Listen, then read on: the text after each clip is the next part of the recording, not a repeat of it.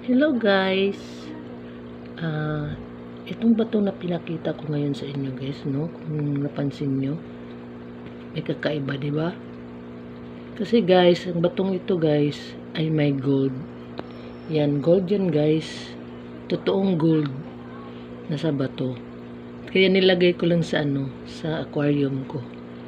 Kasi binigay din ito sa binigay lang ito ng anak ko kasi may nagbigay daw sa kanya. Sabi niya totoong gold daw yan kasi yung nakasakay sa kanya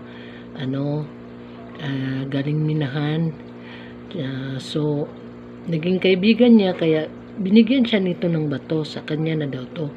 Kaso hindi naman daw siya marunong mag nito. So binigay na niya sa akin para sa aquarium ko. So may gold dito sa aquarium ko guys. Ayan, ayan. Ayan guys, gold yan guys, totoong gold. Nasa bato pa guys. So yan lang guys, see ya!